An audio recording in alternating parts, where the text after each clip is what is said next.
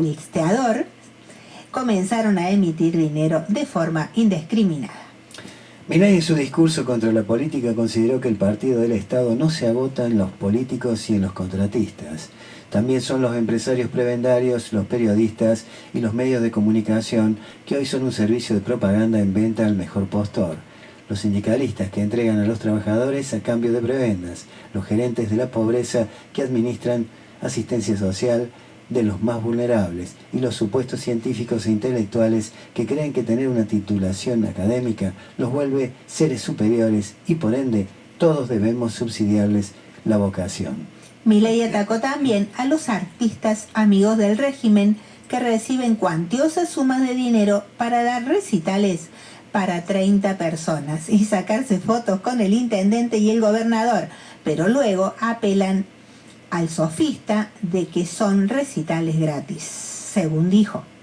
Milei intentó descomprimir la interna libertaria. No nos podemos dar el lujo de la dispersión y de las peleas. Solo estando juntos podemos ser fuertes. Solo siendo leales de militante a militante y ayudándonos entre nosotros, podemos defender a los argentinos de las garras del poder permanente. Las madres de Plaza de Mayo presentaron ante la Comisión Interamericana de Derechos Humanos una denuncia contra el gobierno de Milei y el pedido de que dicte una cautelar urgente para que se respeten los derechos de quienes forman parte de la Universidad Nacional Madres de Plaza de Mayo. Lo hicieron luego de que esta semana la Policía Federal bloqueara el ingreso a la sede. Los pilotos y los aeronavegantes empezaron hoy a las 5 de la mañana un paro que continuará hasta las 14 en Aeroparque y Ezeiza en reclamo de una recomposición salarial. Desde Aerolíneas Argentinas indicaron que la medida afectará a 150 vuelos que se podrán reprogramar dentro de las próximas 2 semanas. Los controladores aéreos, en cambio, no pararán debido a que la Secretaría de Trabajo, a cargo de Julio Cordero, dictó la conciliación obligatoria. La medida regirá por 15 días que se podrá prorrogar por otros 15 días más. El secretario general de la Asociación del Personal de Aeronáutica, APA, Edgardo Llano, señaló que el gobierno viene amenazando con conciliaciones. No pueden tapar la realidad con decretos y conseguir quitando derechos a los trabajadores. Si hay una norma legal, la acataremos, pero vamos a buscar otras formas de protestar.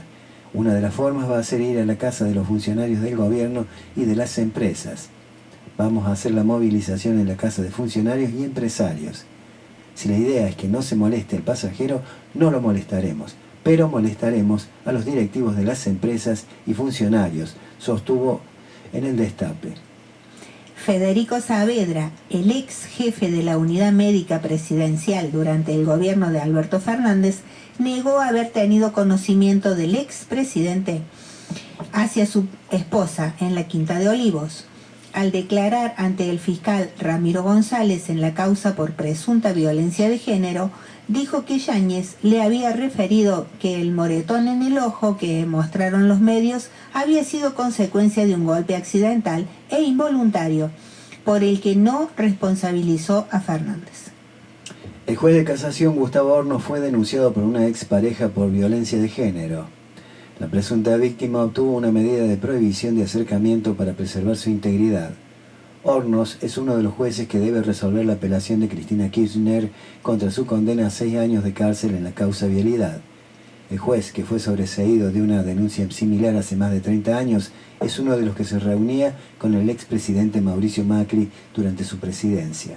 La ministra de Seguridad, Patricia Bullrich, se retractó de sus expresiones sobre supuestas coimas durante la pandemia que habrían frenado la compra de vacunas Pfizer.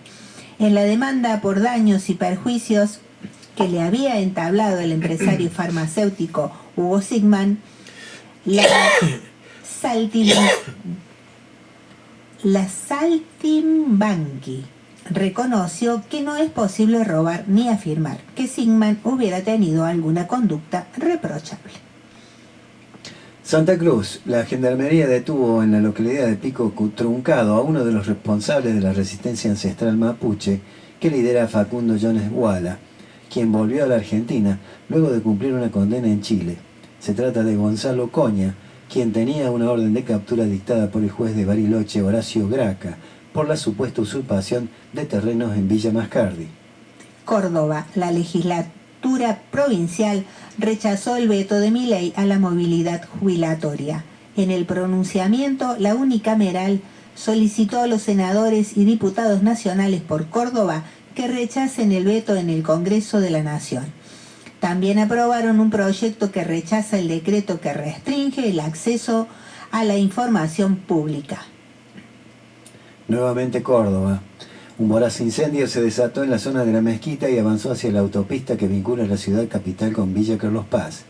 Por las llamas que por momentos alcanzaron una altura de 10 metros y por el humo se cortó el tránsito, 4 bomberos tuvieron que ser hospitalizados por heridas producidas en su intento de sofocar el fuego. Santiago del Estero. El gobernador Gerardo Zamora dijo que la quita de fondos para las provincias es otro artero ataque al federalismo. Expresó así su preocupación y molestia por la decisión del gobierno nacional de reducir los fondos de las provincias para favorecer a la ciudad de Buenos Aires. Vamos a tener que empezar a pensar algunas cuestiones judiciales, advirtió. Neuquén, en una reunión plenaria de secretarios generales, la Asociación de Trabajadores de la Educación, ATEN, suspendió los paros y decidió volver a las clases en la provincia. Resolvieron abrir un paréntesis hasta ver qué resuelve el Tribunal Superior de Justicia sobre la constitucionalidad o no del presentismo, un ítem impuesto por el gobierno provincial y que es rechazado por los docentes. Juicios por delitos de lesa humanidad. Seguirán las audiencias por las causas de Dos, Mendoza y La Huerta, Mar del Plata. Bien. Y ahora un pequeño análisis. Bien. Algunos se preguntan qué pasa con los argentinos y el gobierno de Milei si de algún modo logra renegociar la deuda y patearla para adelante. El gobierno en ese caso tendría posibilidades de evitar la mega devaluación y su obvio rebote inflacionario asociado, y probablemente de ese modo llegar a las elecciones en pie para ganarlas. Los argentinos estarían igual de endeudados que antes, o más, y con su futuro más hipotecado que nunca, en un proyecto de país que deja a 40 millones de argentinos afuera o adentro como siervos feudales. Este análisis fue de Juan Valerdi, gran periodista. Y lo que dicen los lectores y lectoras. ¿Vamos con los lectores? Sí, empezamos por el punto 44. Bueno. Para los espías sí hay plata, para el ejército de trolls sí hay plata, para los perros en la quinta de Olivos sí hay plata, y para los viajes millonarios personales de Milei sí hay plata. Vergonzoso que se roben lo que nos pertenecen a los jubilados. Claudia de Mar del Plata. Si no agitamos esto o algo parecido, los piojos serán fisicoculturistas, después de comernos vivos durante 4 años de esta mierda. No se les puede permitir más nada. Es hasta acá. Un gran abrazo. Gustavo de Neuquén. Siguen en la misma letra los mensajes, la bronca contenida y la frustración por la dirigencia que no alza la vista de su ombligo y mira a su alrededor, y Francos, que cree que no se va a jubilar. Él y Patricia ya tienen edad y no se ponen en el lugar. Eugenio de Corrientes. En el número 2093 dicen Encuentro de Gobernadores Peronistas, refiriéndose al encuentro de gobernadores de Unión por la Patria. Zamora es radical y Kicillof es socialista. Enemigos declarados de la República Argentina tomaron el poder de la República. Ahora su juego es dividirnos, que seamos peronistas contra antiperonistas, montoneros contra verticalistas, privatistas contra estatistas. Si entramos en el juego, no ponemos el foco en la real disputa. Patriotas contra traidores, Roberto Jorge Ravelo de Santiago del Estero. Estos cipayos no tienen madre, ni padre, ni abuelos, ni tíos. Solo saben sobre obediencia debida a una bestia insensible como la ministra de Seguridad, que no hace falta que la nombre. En la próxima movilización, todos a poner el cuerpo en la calle. La unión hace la fuerza. Susana de Wilde. Bueno, esto ha sido la información de Infosible. Así es. Y de ahora vamos a incluir una nueva frasecita que, si bien que puede parecer un poco descolgada al comienzo del programa, pero va a ser esta: quien tiene boca se equivoca y el que no se calla la boca. Exacto. Así aprendimos a decirlo cuando éramos chiquitos. Bueno, ¿con qué vamos? Bueno, seguiremos con alguna otra información. Veamos. El duro cruce entre Milei y Cristina Kirchner. Cristina Fernández de Kirchner decidió responderle a Javier Milei, quien la acusó de no saber mucho con respecto a la economía, luego del análisis que publicó este viernes por la mañana la expresidenta. Ante la provocación del libertario, la exmandataria contestó: hablar de economía diciendo cualquier cosa en los sets de televisión o escribir plagiando libros es una cosa, gobernar la Argentina es otra muy distinta. El tuit de Cristina decía: habla de economía diciendo cualquier cosa en los sets de televisión o escribir plagiando libros es una cosa, gobernar la Argentina es otra muy distinta. Y de esto, por cómo están viviendo los argentinos, se ve a la legua que vos no tenés ni idea. Cuando quieras, porque tiempo tenés, y lo dedicás a boludear en las redes, te espero en el Patria y te explico un poquito. Saludos cordiales, a vos y a todas las fuerzas del cielo. La exmandataria le espetó al actual presidente que, por cómo están viviendo los argentinos, se ve a la legua que no tenés idea cómo gobernar. Cuando quieras, porque tiempo tenés, y lo dedicás a boludear en las redes, etcétera, etcétera. Al rato Milei respondió: no te pongas así de nerviosa, te gustaría mi clase. Asimismo, el mandatario provocó a Cristina Fernández pidiéndole que revise los temas de propiedad intelectual y de paso que le mostrara su título de abogada. Respecto a gobernar, si el modelo es el tuyo, paso. Yo vine a rescatar el país, no a hundirlo. Xiao finalizó. Milei y el chamanismo económico. Más temprano y fiel a su temperamento alborotador, Milei salió al cruce del análisis que la expresidenta hizo sobre los primeros 9 meses del modelo económico de la Libertad Avanza y la acusó de no saber de economía. Yo sé que vos de economía no entendés mucho, lanzó, y como si fuera poco la subestimó. Prende la tele hoy a las 19 que voy a estar dándote una clase particular ad honorem. La desdeñosa reacción del presidente es resultado de la lectura por parte suya o de sus asesores del informe que esta mañana publicó la referente del peronismo, en la que cuestiona duramente la solidez del plan económico puesto en marcha desde diciembre del 2023. En ese texto titulado ¿Es la economía estúpido?, Cristina Kirchner habla del inconsistente equilibrio fiscal que pregona el gobierno, califica de combo letal a los ajustes del gobierno y critica el crecimiento de la desocupación y la pobreza, entre otros puntos. La respuesta de Milei a ese documento fue, como de costumbre, a través de las redes sociales. Yo sé que vos de economía no entendés mucho, demostrado por el hecho de que te rodeaste de analfabetos anuméricos que destruyeron el país con su chamanismo económico, escribió. Pero si querés aprender un poco, prende la tele hoy a las 19 que voy a estar dándote una clase particular ad honorem. Desafió en un solo mensaje posteado en la red X. El resto lo hizo su ejército de trolls. La respuesta de Milei será durante el discurso que dará en el tradicional encuentro que el Instituto Argentino de Ejecutivos de Finanzas, AIEF, realiza en la provincia de Mendoza. ¿Qué tal? Bueno, el jefe de gabinete, esta es una noticia del diario Perfil, el jefe de gabinete, Guillermo Francos, sostuvo que la ANSES no mantiene deuda alguna con las cajas previsionales provinciales no transferidas como la de Córdoba. Así lo expresó en una de las respuestas dadas por escrito por el funcionario antes de que durante esta jornada brinde su primer informe de gestión en el Congreso de la Nación. Francos respondió más de 2.000 preguntas por escrito realizadas por los diputados nacionales. La número 139 pide conocer el detalle por provincia, cuál es el estado de situación económico sobre la deuda que el gobierno nacional mantiene con las cajas jubilatorias provinciales no transferidas a la nación.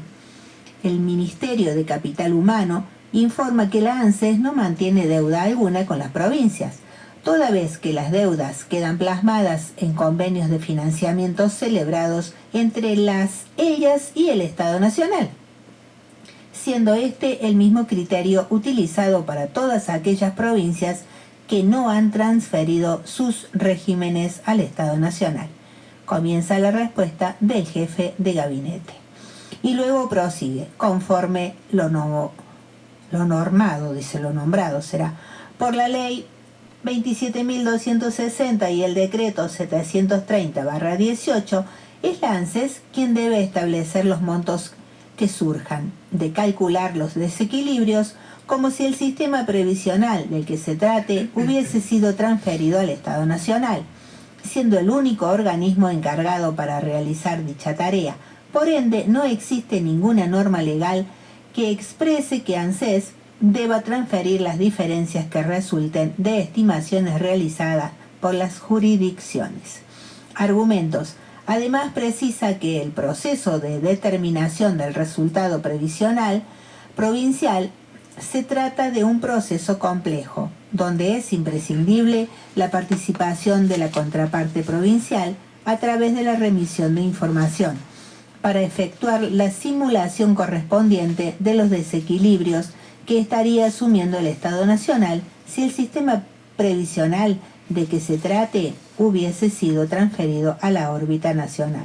Y después se enfatiza que en relación a las transferencias de los fondos consultados a cada una de las provincias, se informa que la ANSES se encuentra abocada a recabar de ellas la información necesaria para realizar las simulaciones correspondientes. Luego de efectuada la simulación, corresponde la realización de una auditoría, a los efectos de corroborar la razonabilidad y veracidad de la información remitida en carácter de declaración jurada, y de esa forma poder arribar a un resultado definitivo y fehaciente, añade Francos. Toda aquella deuda que se determine de manera fehaciente y sobre la cual se llegue a un acuerdo con la provincia pertinente será honrada en su debido momento, teniendo en cuenta las posibilidades fiscales y presupuestarias del caso, concluye en su respuesta el funcionario nacional. Bueno, hoy vamos a continuar con la tercera y última parte de la historia del barón Visa, quien erigió un monumento a su querida esposa, allá por la zona de Altagracia. Sí. ¿Recuerdan esa ala gigante que hay? Bueno, todo eso encierra una gran historia. Hoy remontaremos a partir del año 1960. Habíamos hablado sobre que allá por el año 1970 había aparecido al pie del avión que llevaba al Papa Pablo VI a Manila y lo quiso acuchillar, que fue detenido más tarde y se instaló en Perú, donde murió en 2014.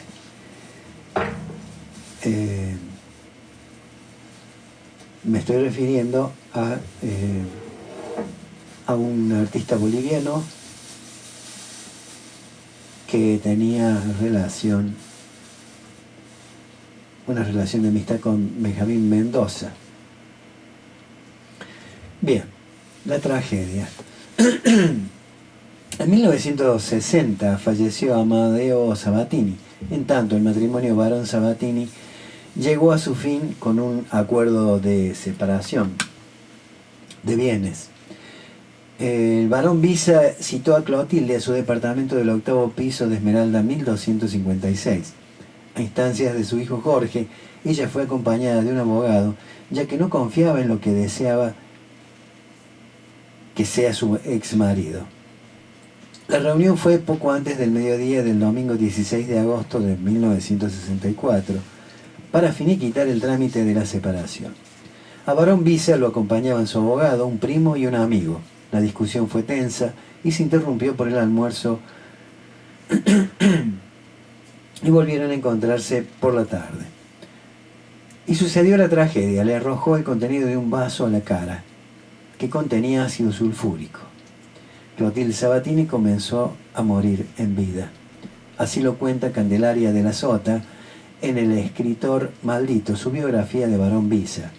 El vitriolo carcomió la piel y la carne del rostro de Clotilde, que fue trasladada de inmediato al Instituto del Quemado, desde donde la derivaron al sanatorio Otamendi Miroli. Viajó a Milán a consultar al doctor Calcaterra, un especialista en injertos y cirugías plásticas.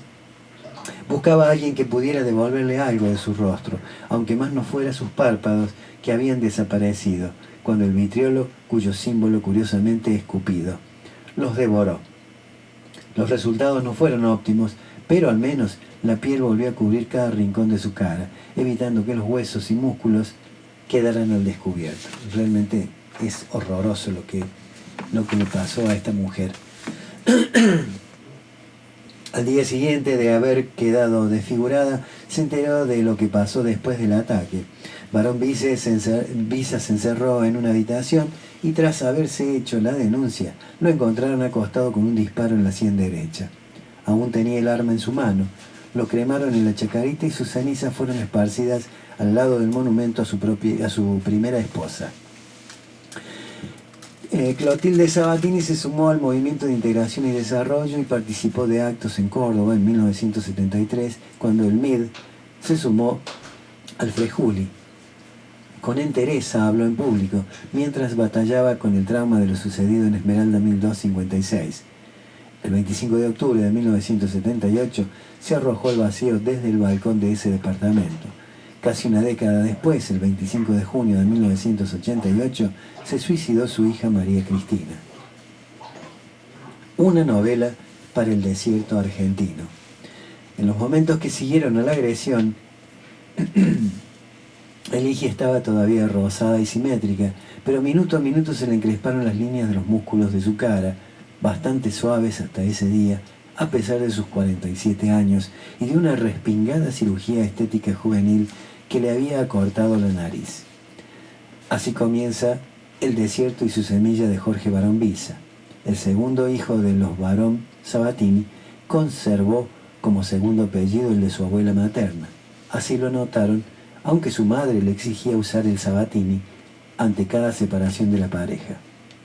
Y conmovió en 1998 con la publicación de su lacerante novela, que con nombres cambiados recrea los años de tratamiento de su madre tras el ataque que la desfiguró.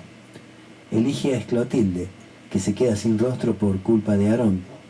Mario, el hijo, es el que narra la historia. También se recrea en el libro el fin de Eligia a Clotilde, cuando la madre le muestra a Mario un cofre con recuerdos familiares. ¿Qué hago con esto?, pregunta. Al día siguiente saltó de la ventana de su departamento, que había sido también el de Aarón, pero en el que nunca vivieron juntos. La trayectoria de su caída fue de este a oeste, en dirección a la cúpula detrás de la cual se pone el sol. El desierto y su semilla compitió sin suerte por el premio Planeta, sin ser elegida finalista, un año antes de su publicación. Alejandro Soifer, de la Universidad de Toronto, analizó el libro en la revista canadiense de estudios hispánicos en 2020. Sostiene que la deformación del rostro se presenta como un efecto directo en la humanidad de la víctima, delineando un borde sinuoso entre lo que se considera y consideramos humano, tanto en la víctima como sujeto pasivo del ataque, como en el atacante, que la convirtió en un ser deformado. A partir de allí hay una narración que llamaremos reconstructiva, sobre la base del rostro desertificado que irá desde y hacia esa cara, intentando dar una respuesta que sustituya la falta de signos lingüísticos que den cuenta del acto criminal y su consecuencia en la deformación absoluta del rostro. Para Soifer, hay que releer la noción de desierto a partir de la Organización Nacional y la campaña militar de Julio Roca hasta llegar al presente. Esto incluyó el proceso de eliminación y expulsión del contrario en la vida política y social e incluyó diferentes instancias como el borrado de nombres propios, la eliminación física de opositores políticos y civiles, la prohibición de presentarse en elecciones a partidos políticos mayoritarios y las persecuciones ideológicas hasta la culminación en el genocidio del proceso de reorganización nacional, la forma más sistemática y regulada de desertificar nuevamente la Argentina para, sobre ese lugar donde antes hubo algo y ya no habría nada, construir de nuevo y esta vez definitivamente la nación, añade. Y destaca que la novela, publicada en 1998, necesariamente es producto de la última de las desertificaciones sociales, al menos hasta el momento de su publicación, como fue la política neoliberal conservadora del gobierno democrático del periodo 1989-1999. Así, si el rostro de Eligia representa la desertificación como mecanismo metafórico para referenciar un periodo de la historia argentina, debemos extenderlo y no dejarlo ubicado solamente en referencia al que produjo la dictadura militar entre 1976 y 1983, porque decir desierto en el contexto argentino implica un imaginario que se extiende mucho más allá del último y más organizado plan de refundación sobre la supuesta llanura argentina. La amistad de Jorge Barón Visa con Cristian Ferrer deparó de este último un libro que es un rara avis, un texto híbrido o mestizo que se puede leer como una biografía ensayística. Barón Visa, el inmoralista. Hoy los libros de Raúl Barón Visa no se publican y se encuentran a precio de coleccionista por internet. Tras publicar su lacerante novela, Jorge Barón Visa se suicidó en Córdoba a los 59 años, el 9 de septiembre de 2001. Se supo así a la saga suicida de su familia, iniciada aquel dramático domingo de hace 60 años. Y así hemos terminado con esta historia, que uno creía que podría haber sido, haber tenido una mejor vida este personaje, pero cayó en desgracia a partir del deceso de su primera mujer, a quien le había erigido un monumento con forma de ala de avión, y que en su interior estaba el motor del avión. No sé si en la actualidad existirá eso, o sea, el contenido en su interior me refiero, porque creo que el ala todavía se mantiene erguida como testigo silencioso de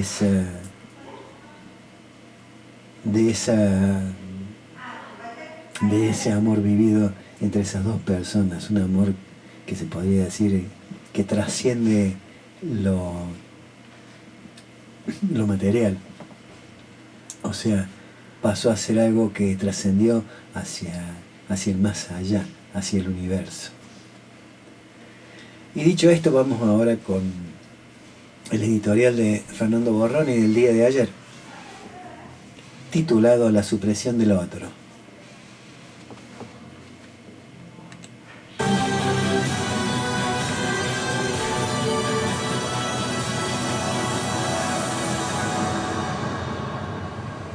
Santiago, con mucha generosidad,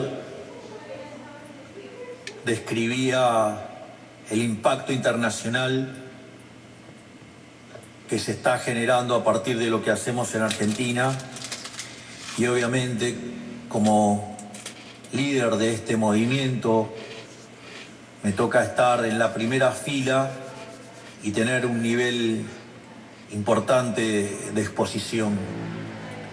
Y obviamente que a las ratas inmundas, fracasadas, liliputienses domésticas les molesta profundamente. Y eso va desde críticas por los viajes a críticas de imbéciles que dicen que se me vota para gobernar, digamos, y no para ser popular. Bueno, estos son algunos de los calificativos a los que nos tiene acostumbrado el presidente de la Nación, ¿no? Por eso era oportuno escucharlo como síntesis de lo que siempre expresa Javier Milei.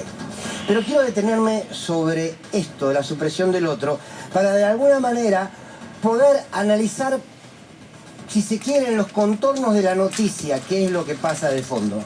Cuando digo los contornos de la noticia es, ¿qué pensamiento hay detrás del recorte a los jubilados, de vetarle una ley con un pequeño aumento hasta reprimirlos? ¿Cuál es la política, la filosofía que hay detrás de un gobierno que te dice que al fin y al cabo aquel que tiene hambre es porque no hizo lo suficiente para dejar de tenerlo? ¿Cuál es la filosofía de poder? ¿Qué busca? ¿Qué objetivos tiene ese poder que niega absolutamente la necesidad de aquellos a los cuales debe gobernar? Y gobernar es, entre otras cosas, garantizarle a la población el libre ejercicio de su derecho, con equidad, con igualdad de oportunidades. Y nosotros estamos viviendo esto. Este gobierno quiere suprimirlo todo aquello que no forma parte de su análisis, todo aquello que no forma parte de su necesidad inmediata, todo aquello que no forma parte, que no está en el radar de ese único ojo cíclope del gobierno nacional y del presidente Javier Milei. Este gobierno busca, ante todo, suprimir la necesidad. Y cuando digo suprimir la necesidad, no digo que busca acabar con la necesidad. Eso sería positivo. No, este gobierno busca suprimir la idea de que hay necesidades en este pueblo. Trabaja permanentemente en la idea de que no alcanza para todos, que no todos y todas merecen, y que al fin y al cabo responderá a una historia meritocrática lo que es tu presente hoy. Para este gobierno, en su lógica de suprimir la idea de necesidad, todos somos responsables de nuestro destino. Y el lugar que hoy ocupamos en la vida, las necesidades que hoy tenemos, son simplemente consecuencias de haber llevado adelante o no, o de haber recorrido de mejor manera o peor manera nuestro destino. O sea, el negar la necesidad, el asegurar que el que no tiene es porque en algún punto desea no tener, de alguna manera es suprimir, es reducir, es acabar con eso que puede ser un germen, la necesidad, y encontrarnos y reconocernos unos a otros como hombres y mujeres que estamos necesitando. Cada vez hay más necesidad en esta Argentina. Evita decía, donde hay una necesidad, nace un derecho, debe nacer un derecho. Y este gobierno y este presidente ha dicho en más de una oportunidad que no cree para nada en eso, que no es cierto eso. Lo dijo un juez de la Corte, dijo que es imposible que ante cada necesidad deba nacer un derecho. Esa idea lo que busca es suprimir de alguna manera el concepto de necesidad. Pero no solamente niega esa necesidad, también busca